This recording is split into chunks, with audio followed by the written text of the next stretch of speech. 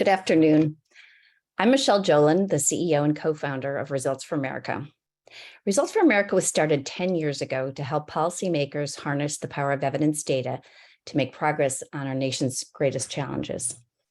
Results for America works with government leaders across the political spectrum and at all levels of government, federal, state, local, to improve the impact of the over $2 trillion already being spent each year by governments in the United States to meet the needs of vulnerable populations and to accelerate economic mobility. I want to welcome you all to this White House Year of Evidence in Action event co-hosted by Results for America. Thank you to Christina Eller, the Assistant Director of Evidence and Policy at the White House Office of Science and Technology, and Diana Epstein, the Evidence Team Lead at the Office of Management and Budget. I know they are a mighty team behind this Year of Evidence in Action, and the entire team at the White House who's been leading this. Today, we're going to hear from local leaders who are leading with data and evidence as they use federal recovery and infrastructure funds to design and implement programs that will lead to more equitable outcomes. We know that federal policy and funding matters a lot to state and local governments who are interested in increasing the use of evidence and data and getting better results for their residents. And over the last several years, we've seen both Congress and the Biden administration include more incentives and more dollars that will support state and local governments who are trying to build these critical evidence and data muscles. This is both in the American Rescue Plan and in the bipartisan infrastructure law, two critical pieces of legislation that are sending dollars to state and local governments.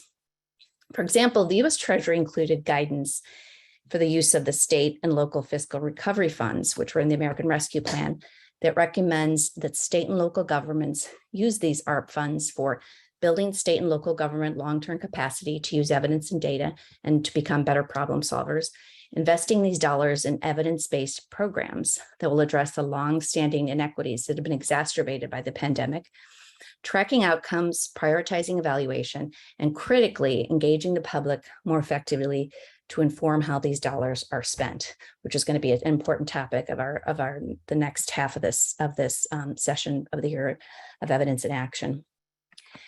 To understand the impact of this important Treasury guidance, Results for America created an ARP dashboard, and we tracked the spending plans of 67 cities, 82 counties, all 50 states, and 2 tribal nations.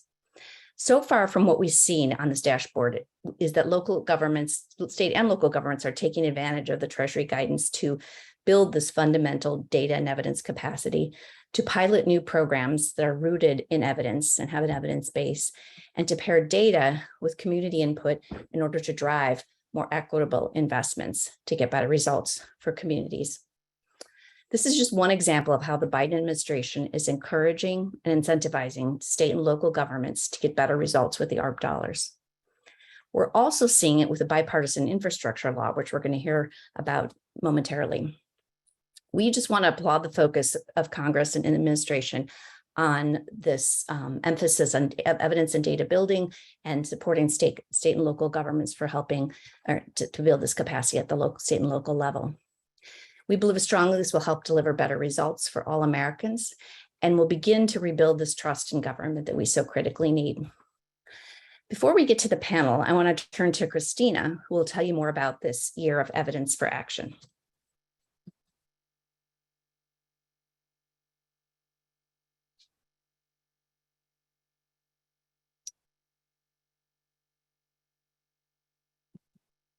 And if Christina has not joined yet, we can turn to our government experts instead.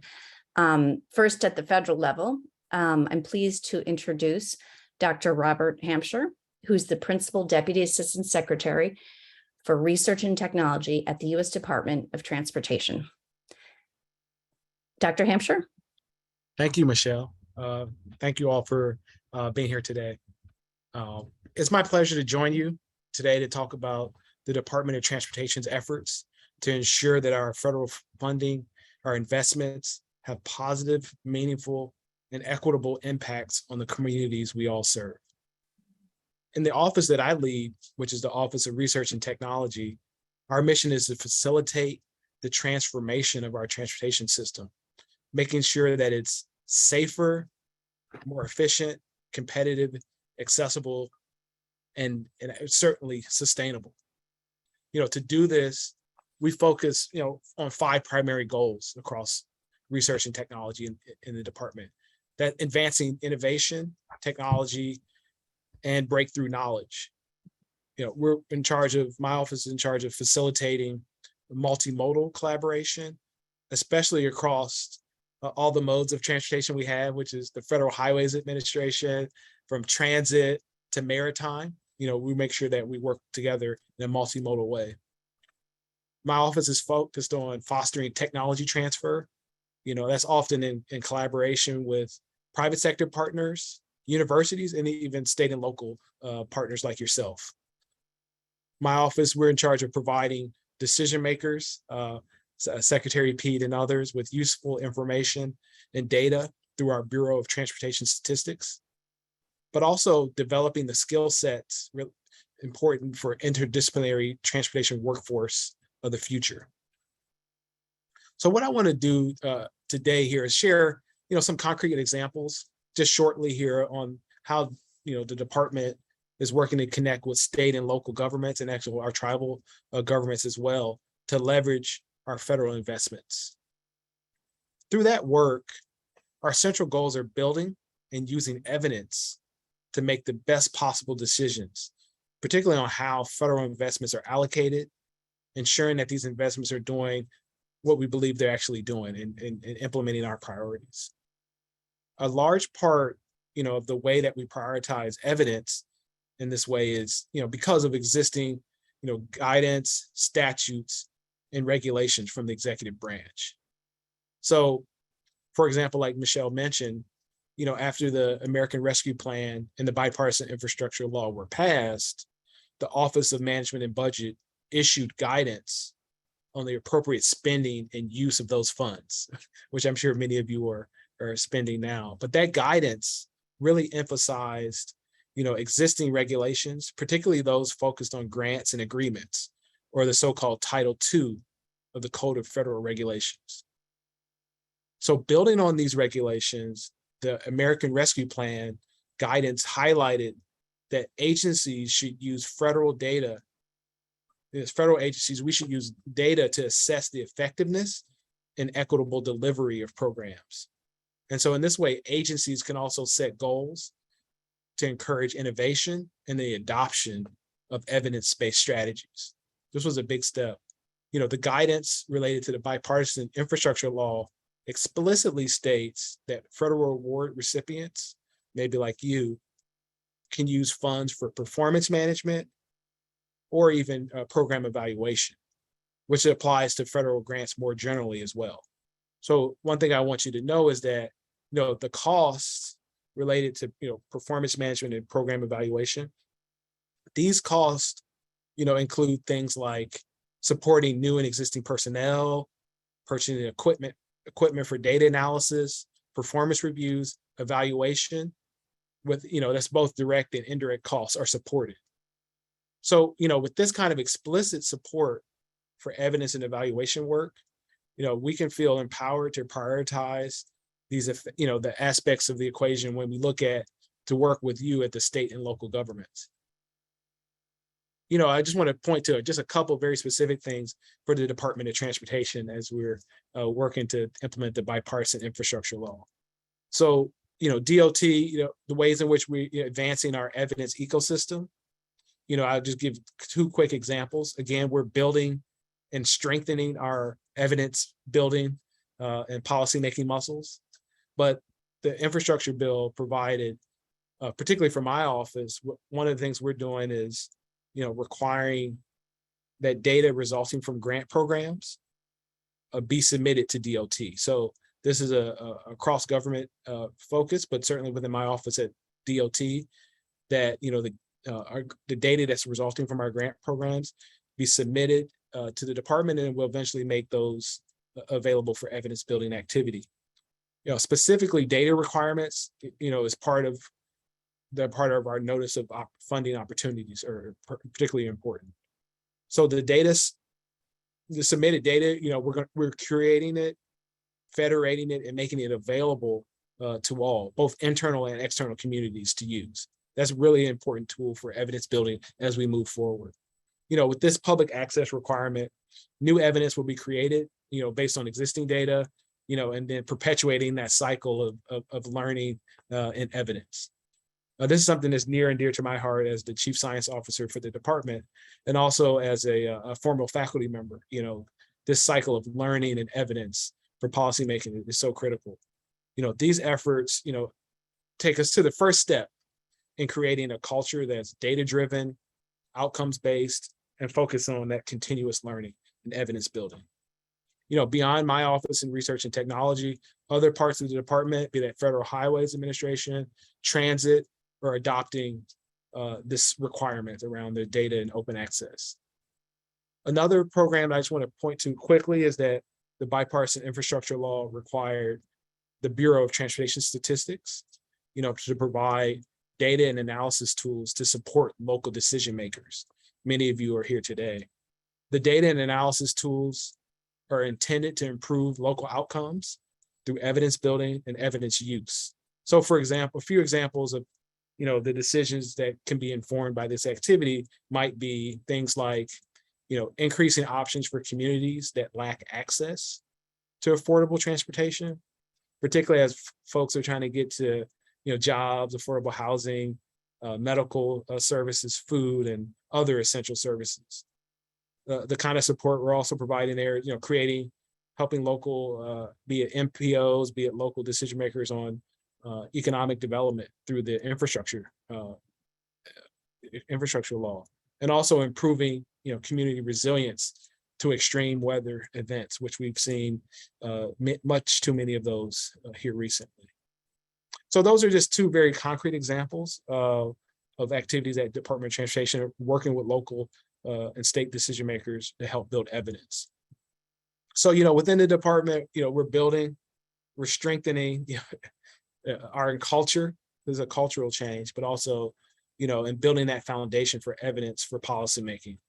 It's our goal to make sure that the transportation system is safer, more efficient, accessible, serves more people, and lives up to the climate moment that we're in and are sustainable. So, we look forward to continue to work with you and your state and local and tribal affairs and governments to help, deliver those results to your residents. And so this year of evidence building that's going on here that the White House is facilitating is a fantastic opportunity. I just want to thank again Results for America for hosting co-hosting these events, and I look forward to the panels that come later today. So with that, I will turn it back over to Michelle, and thank you, and really look forward to the rest of the event here today. Dr. Hamphire, thank you so much. Loved you underscoring the focus on the bipartisan infrastructure law on testing and learning and improving and constantly improving. And that's sort of just a critical thing that we keep wanting to underscore with all of these federal dollars and the ways that states and local governments can use them. I know we had a technical glitch before, so I'm going to see if Christina can now join us and talk about the year of evidence in action for a couple of moments. Christina, are you able to join? I think I'm here. Am I here? You are. Okay, great news. Yeah, so sorry about that. I'm absolutely delighted to be here. Hi, everybody. I'm Christina Chaka-Eller, Assistant Director of Evidence and Policy at the Office of Science and Technology Policy at the White House. And I just wanted to spend 2 very quick minutes, first of all, thanking so much Michelle and the Results for America team for helping us put up this terrific collaboration as part of our overall Evidence Forum series. As some of you may know, the Evidence Forums are an initiative co-created by the Office of Science and Technology Policy and the Office of Management and Budget as part of our larger year of evidence for action. The goal of these forums is to work with collaborators both inside and outside of the federal government towards co-developing concrete strategies for mobilizing research-based evidence in support of our greatest social, economic, and all sorts of other challenges, with the hope of making life safer, more equitable, and more prosperous for all of America. Today Today's event with Results for America is the second of our Evidence Forum series. We are absolutely delighted to have heard from Dr. Robert Hamphire, a wonderful collaborator and truly a leader in the space of evidence-based policy, and especially science and tech. It's an exciting moment for all of us. I'm also very delighted to be able to work today with my colleague, Julie Chávez Rodriguez, who you'll hear from, will be introduced in just a moment. So thank you to you both so much for being part of our Evidence Forum series.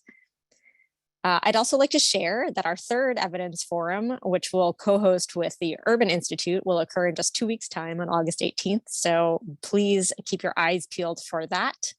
That event will focus on evaluating the impacts of evidence-based policy and understanding when and how evidence is used in policy and practice. I encourage everyone to learn more about the Evidence Forums by visiting the webpage on the OSTP site. I also encourage you to visit evaluation.gov, which is our central hub to learn about evidence and evaluation efforts across the federal government. As always, we welcome your thoughts, your questions, your feedback. We can respond to those very actively if you email us at evidence@omb.eop.gov. That's evidence@omb.eop.gov.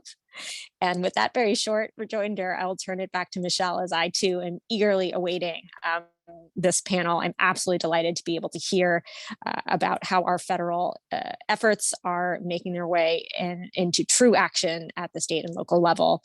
Thanks so much again, Michelle, and back to you. Thank you, Christina.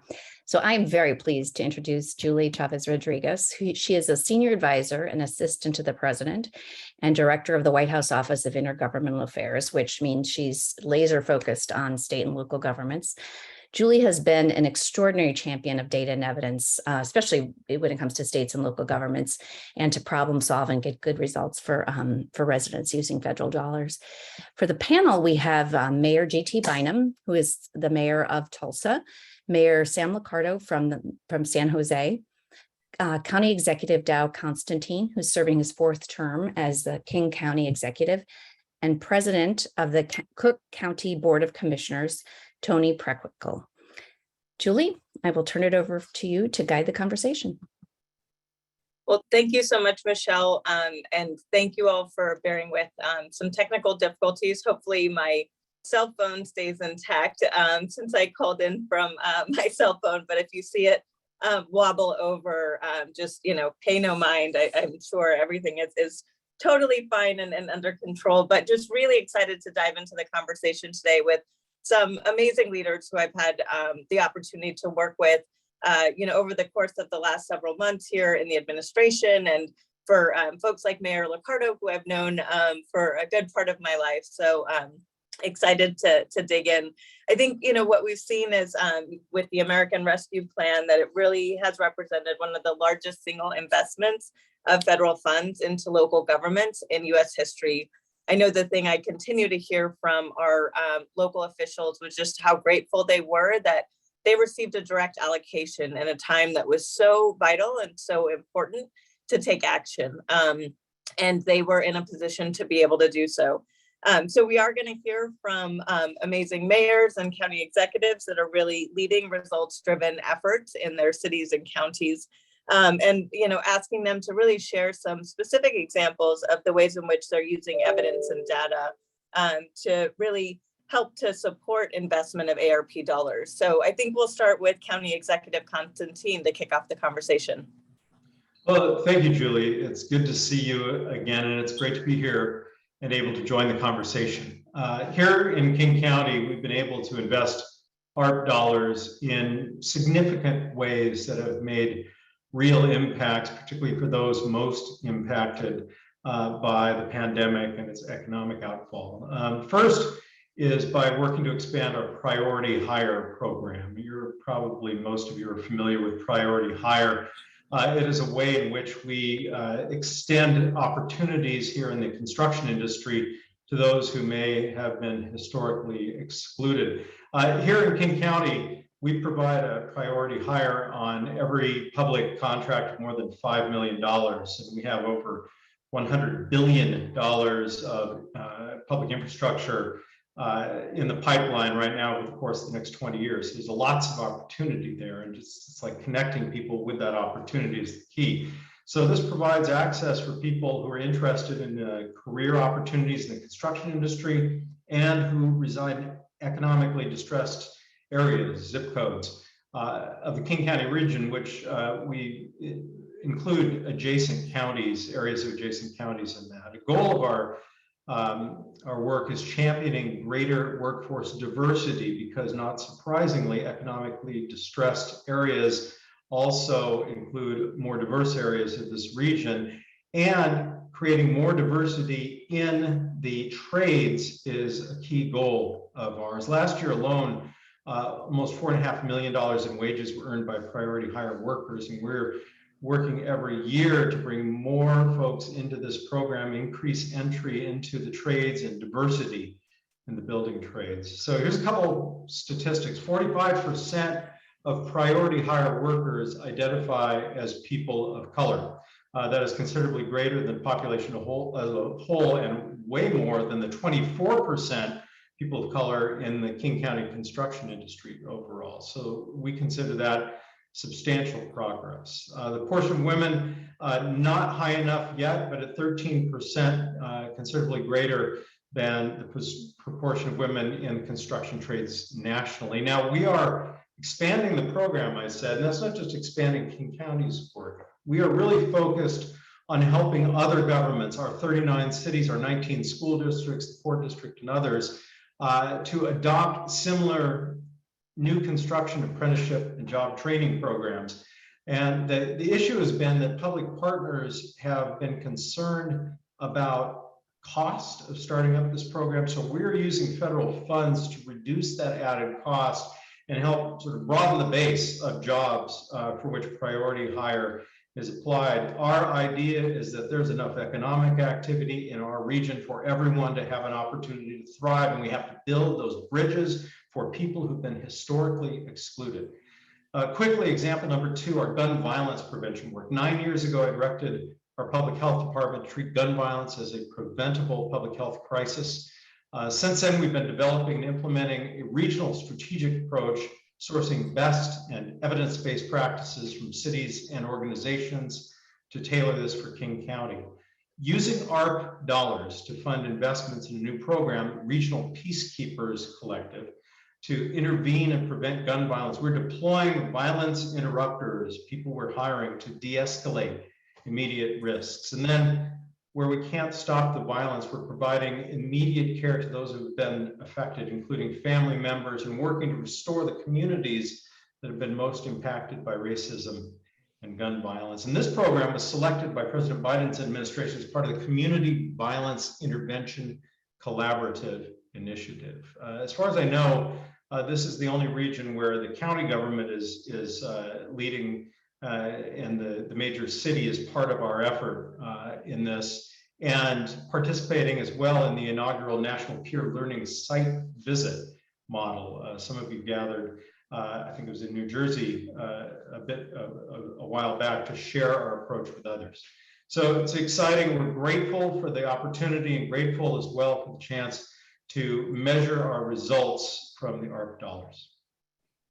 Well, thank you so much, County Executive. And it's so exciting to see, what oftentimes I refer to as sort of the incubators of innovation that are taking place throughout our country as a result of the significant leadership at the city, county, and other levels of government. So it's really exciting to see.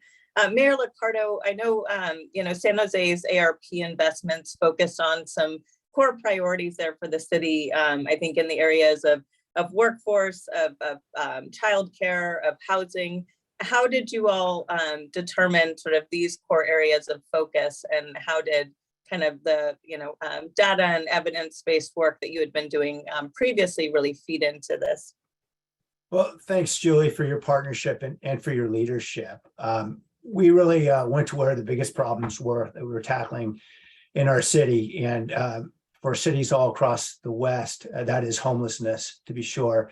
And we know that the impoverishing impacts of the pandemic exacerbated those challenges for many cities. So We have a challenge out here in California in building housing. It costs about $800,000 per unit to build a single apartment in an apartment building. And it takes 4 or 5 years to get one of those buildings under construction. And what we learned through the pandemic, really focusing on the data, was that we could move more people off the streets and get them into dignified housing if we could use prefabricated modular housing, what we call quick build apartments, each with private bedrooms and bathrooms, that could help our medically vulnerable unhoused residents get out of shelters and off the street. We were able to do it relatively quickly during the pandemic with the benefit of emergency orders and do it in 4 or 5 months rather than 4 or 5 years. And we were able to build hundreds of these units at about $100,000 unit rather than $800,000. And we found that these were units that unhoused residents actually wanted to go to because they actually provided them privacy and security, unlike a congregate shelter. And so we used ARP funding, American Recovery Plan funding, about $63 million between the city's allocation and what the state had granted to us to really scale the solution. And what we've seen already is tremendous. We've served 530 unhoused residents. About half of those have exited in some way, 82% now to permanent housing or another housing solution. And so these are individuals who really were coming right off the street. And so it's, I think, a very high rate of success that we're seeing because we're building these prefabricated apartments in communities where we have supportive services, where they have the ability in a relatively small group of 70 to 90 residents to be able to build a community and get back on their feet. And so we think this is really a great success story to learn from. So we're using this federal money to really scale. We're going to build another 683 of these units, all under construction this year. And we hope to have even more success. We've similarly been relying on data as we attempt to address this enormous digital divide that we have, and I think so many cities do. It's embarrassing, though, here in Silicon Valley for us to have a digital divide, given the technologies all around us. But what we've learned through the data is that first, I know every city's challenged with figuring out how to best invest in what is a very expensive infrastructure problem. It's also a human problem. We have to invest in human skills and address some of those obvious gaps. We learned through the data that the need was overwhelmingly concentrated geographically. So we invested about a little more than $5 million of ARP funding into the deployment of free community Wi-Fi, and that is building out infrastructure in partnership with our school districts, serving our highest need high schools.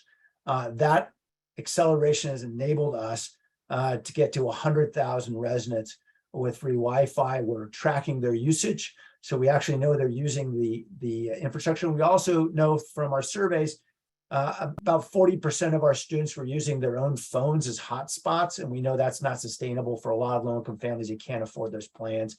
And so we really invested a lot into hotspot deployment through our libraries, and we're finding that 16,000 hotspots are being gobbled up immediately. And so we think we're putting the dollars where they're most effective because we've been relying on the data. And obviously, we're only able to do it because American Recovery Plan dollars.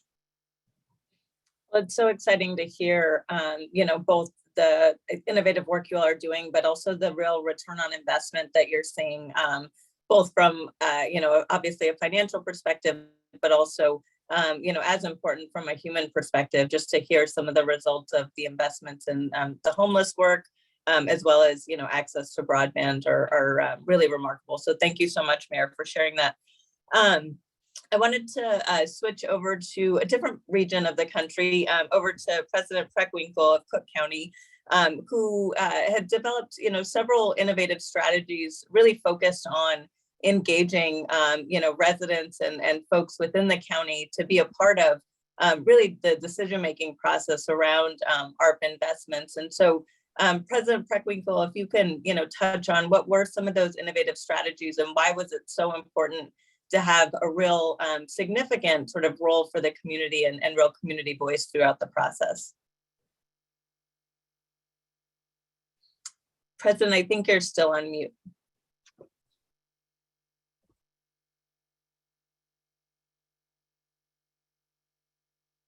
Better? Yes, we can hear you, but I think we've lost your video. There we go. There we go. Nope, we have a moment.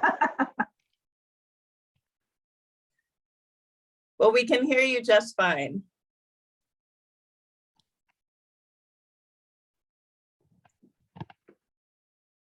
All right. Never a dull day. What can I say? Well, first of all, Julie, thank you very much for allowing me to be part of this panel. I'm very grateful to be with you this afternoon. I am deeply indebted to my chief of staff. When we discovered that we had 3 years to allocate the money from the federal government, this historic investment that's greater than any investment the federal government's made in local government and our residents in 90 years since the Great Depression, we said, let's spend a year figuring out how to best spend it. And so my staff, our own leaders, our own policy folks, engaged the folks we work with all the time, the advocates, our elected officials, the members of our board. We had town hall meetings in virtually every one of our 17 districts. We had a survey of community residents, just ask people, this is the resource we're going to have. What do you think we ought to do with it? And we came up in February with a plan, our American Rescue Plan Act initiatives. So we spent almost a year putting together the plan and as I said, casting the net as widely as we possibly could, putting together the plan, and we've moved forward on a number of initiatives. And the three that I always talk about are behavioral health, guaranteed income, and medical debt. Everywhere we went, folks said, this has been an extraordinarily difficult time for people, for individuals and for their families. And we need to provide people with more support. Every district, this was not limited to our communities we know that deal with trauma on a daily basis because of the violence and the inequities in our society. It was across the board. So we're investing more in behavioral health. We're going to create a Department of Behavioral Health Services in our Department of Public Health, do an asset inventory, figure out where we are in the county in terms of these services, and then figure out what we need to do as a county to fill the gaps. So behavioral health was the thing that just rose everywhere we went. The second thing was we have to figure out how to support people at the margins in our country in innovative ways. And one of those sort of innovative ways, although it's surely not new, is guaranteed income. 50 years ago, Martin Luther King talked about either guaranteeing people employment or guaranteeing them income. So these aren't new ideas. And so we're going to have a pilot program, 3,250 suburban Cook County families, $500 a month for 2 years. And we were working with the University of Chicago and other academic institutions, both to evaluate our folks and to help us get the word out about what's happening to the families. So it's both a combination of evaluation and data sharing. So I'm really enthusiastic about that. We've provided a lot of supports for people who in poverty in this country, but we haven't resorted to the most obvious thing, which is give them more money. So, and we've pledged that we're gonna do this permanently. We're not gonna end the program when the ARPA dollars expire. So that's guaranteed income is the second. And the third is medical debt. The most common reason that ordinary working families in this country declare bankruptcy is they can't pay their medical bills. And while 22% of the general population struggles with medical bills, 44% of our Black and Brown communities struggle with medical bills. So we're working with a partner who operates in this arena, RIP Medical Debt. We just approved the contract last month in July, and we're working with them to set up the parameters. And people will not have to apply for this program. We're going to work directly with the providers to eliminate debt and send folks a letter saying your debt has been cleared up. And we're going to work with collection agencies to remove this bad information from people's credit scores. So behavioral health services, ramping up considerably our investment in behavioral health, guaranteed income pilot, which will continue and we've committed to make permanent, and a $12 million investment in medical debt, which we know providers sell to collection agencies for pennies on the dollar. And so there's some tremendous multiple of the impact that we can have with the pretty modest $12 million investment. So I'm proud of those initiatives, and my staff insists that those are the ones I talk about whenever I have the opportunity. So thank you, Julie, for giving me the opportunity. Of course. Well, and also as you look at, continuing to really assess what are the results, what are the outcomes that will come from these strategic and innovative investments. So we look forward to continuing the conversation as you and other areas, are starting to get that, I think, rich data back from these critical investments. Mayor Bynum, I wanted to move over to you, and great to see you again on the screen. I know, one, I guess it would be good to hear how your commitment to kind of data and evidence-based solutions really played into your ARP investments, and what are, what some advice maybe that you can give to other jurisdictions that are in receipt of a second tranche of how they may consider really deploying some of those strategies into the second tranche investments.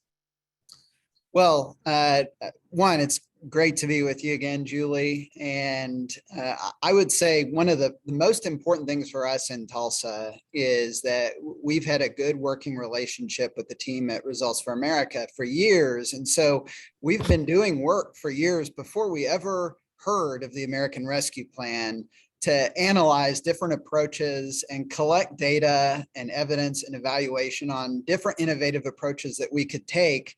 But as a city that has a balanced budget every year, there's only so much you can do. And so one of the great things for us about the American Rescue Plan is it allowed us to all of a sudden scale all these great data-driven ideas that we'd had, but we had never been able to implement. And in the interest of time, I'll give you one that we're really excited about in Tulsa, and that's the modernization of our municipal court system. We have known, thanks to data collection, that one of the real great challenges as it relates to the larger criminal justice system in Tulsa is not that you've got Jeffrey Dahmer showing up in the municipal court. It's that you have people who sign up with low-level offenses that show up in court, hopefully, and then are assessed more often than not fees and fines rather than jail time.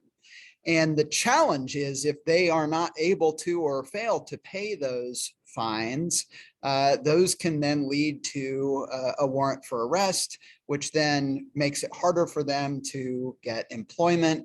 And it can create a snowball effect that leads to more and more interactions with the criminal justice system, which study after study show us the more someone is exposed to that system, the more likely they are to have a high recidivism rate. And so we've tried to modernize. We're using American Rescue Plan funds right now to modernize our system to reduce the likelihood of someone missing out on paying a fine or a fee. And that's everything from creating night courts so that folks who might be working during the day and can't get out of work to go to court, they have a different option. Things like putting QR codes even on the citation. So it's super easy for somebody if they want to pay online. We now have Spanish language interpretation at the courthouse to help facilitate non-English speaking and Spanish speaking folks who show up for court. The thing that I'm most excited about, though, is the expansion of our special services docket. And the idea behind this is individuals who've been affected by mental illness, substance abuse, maybe homelessness. If they've committed a low-level offense, rather than being given jail time, they are paired with a case manager who works with them to address the underlying cause of their offense to begin with. And what we knew even before the American Rescue Plan came from collecting data is that 78% of the participants who go through our special services docket have no new charges in their first year. 88% of the people who come out of our special services docket saw improvements in their self-sufficiency measures. And we know that these dockets actually save the city money. Like it saves us $780,000 a year to do a special services docket and deliver better results than it costs to put somebody in jail. And so we have been collecting all this data all this time. We knew what the right thing to do was. And now the American Rescue Plan is going to help us expand that and deliver better results at lower costs for the taxpayers. So we're very excited about the modernization of our municipal court in Tulsa. And as to what, the advice that I would give other communities who are looking at their second tranche on this, I would just strongly encourage, one, anytime that you can pair up with another government, and I do want to reiterate, it was said at the beginning, we're so grateful that the federal government directed these directly to cities, but that has not stopped us from working closely with Tulsa County and the state of Oklahoma, and even the federal government through other venues to fund important initiatives here and leverage those funds. The other thing I would say is that you don't have to think up new things today to start using these funds for. Think about the things that you've already collected data and evidence around that you can then scale and deliver better results and in a more efficient, more effective way, thanks to this plan and this program. Well, thank you so much, Mayor. Really appreciate you, sort of giving us a critical example of ways in which you're investing to really modernize your system there in Tulsa. Just for all the panelists, I think we still have a little bit more time, but wanted to get a sense, what are some of the lessons learned from administering the ARP funding and making strategic investments that you all are now looking at applying to the infrastructure bill, knowing that obviously it's the ways in which funding is coming down, there's not a direct allocation to cities and counties, but obviously some important partnerships and opportunities to leverage, as Mayor Bynum was just mentioning. So I open it up to the floor. I'll jump in first, just since I went last. I had a great conversation with Mayor Liccardo and I's former colleague, Mayor Landrieu, about how to be most effective with these funds. And he gave me great advice. He said, you really need to get everybody on the same page, state, county, city government, where you're all in your congressional delegation, where everybody's singing from the same sheet of music and you have the same plan. I feel like the American Rescue Plan really got us in a good rhythm as far as having those conversations to figure out how we can best leverage the funds that we receive. But we absolutely are already working on that around the infrastructure program, working with our colleagues in other governments to make sure that we have focused key projects that we're all in agreement are top priorities for our community. If I could chime in. Here in King County, we have created an equity impact tool, and the tool was used throughout our review of grant applications for our funding and will be used for our infrastructure funding. Every solicitation for competitive awards has a set of evaluation criteria, one of those being equity impacts, but it is not a one-time check-in. We consider equity impacts at multiple levels of the process, from overall budget allocations in our supplemental budget ordinances to program design to RFP process, administration of the contracts. Throughout the life cycle of the grants, we continue to check in using this tool. And through this process, we really seek to ensure that when we invest funds, the intended community, the language needs, or other specific equity focus of the grant is fulfilled and prioritized. I would just add that one of the things that we've done with resources in the past and will continue to do with the infrastructure resources is, as a county, pay the local match for our cities, towns, and villages that are challenged. Because if we can provide them with the 10%, they get the 90% from the federal government. So we have been paying the local match for cities, towns, and villages on infrastructure projects for some time, and we'll continue to use whatever resources we have for that purpose. I think it's a great way to maximize the impact of the dollars. And these are all great points. I just add what we've learned, particularly with the use of data and evidence, is it's not just enough to use it. You also have to talk about it, and you need to tell the story about what you're doing with it. That can be so essential in leveraging a lot of other resources and bringing those to bear. As we talk about infrastructure, it means often going to our voters, our community, and asking them to support with bonds or other means to support our infrastructure build out. But in programs we've been pushing, what we've seen is that by demonstrating to people that this is actually working, we're able to get, in the case of the homelessness projects I referred to, about $15 million in philanthropic resources. We're able to get universities involved and private donors. And so the ability to really tell the story with data and evidence is so important, because I think our residents are really eager to hear how those dollars are being put to work. And they want to know their dollars are being used effectively. Well, Mayor Liccardo, I could not have said it best to kind of wrap up this session, but I will borrow a phrase that Mayor Stoney from Richmond, Virginia mentioned, that you all are the keepers of the story. And so we are looking forward to working with you all to continue to lift up these really critical stories, not just in terms of evidence and impact, but also that are instructive for ways that we can continue to drive equity, continue to drive results, continue to really show that the investments that we're making and that have been unprecedented and once in a generation really are, driving the kind of important positive transformation that we see in our communities. And so we're so grateful for your leadership. We're grateful for all that you all are doing at the local level, and we look forward to continuing to work together to shine a spotlight on these critical successes as we work together to implement the infrastructure bill and so much more. So with that, I will turn it back over to Michelle and just thank you all again for your time, for your leadership, and for your instruction today. Thank you, Julie. Thanks, Julie. Thank you. Good to see you, GT. Thanks, everyone. Adding my thanks as well. And thank you, Julie. Really appreciate your emphasizing the spotlighting the stories of success. We know that's a critical way that local governments learn from each other.